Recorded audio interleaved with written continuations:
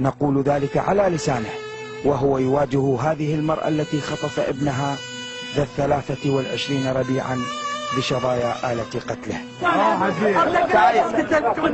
ان شاء الله يوم ما يسجل الجاه جيبوا الحج. جيبوا الحج. ليش؟ ولك ليش ولادي راح؟ ليش ما خفت من الله؟ ما خفت من الله؟ ولك يا قايل اريد فلوس انا اعطيك فلوس. يا قايل اريد بيتي انا اعطيك بيتي. يا قايل اريد ايتم عيوني انا اعطيك عيوني. لك ليش قتلت ولادي؟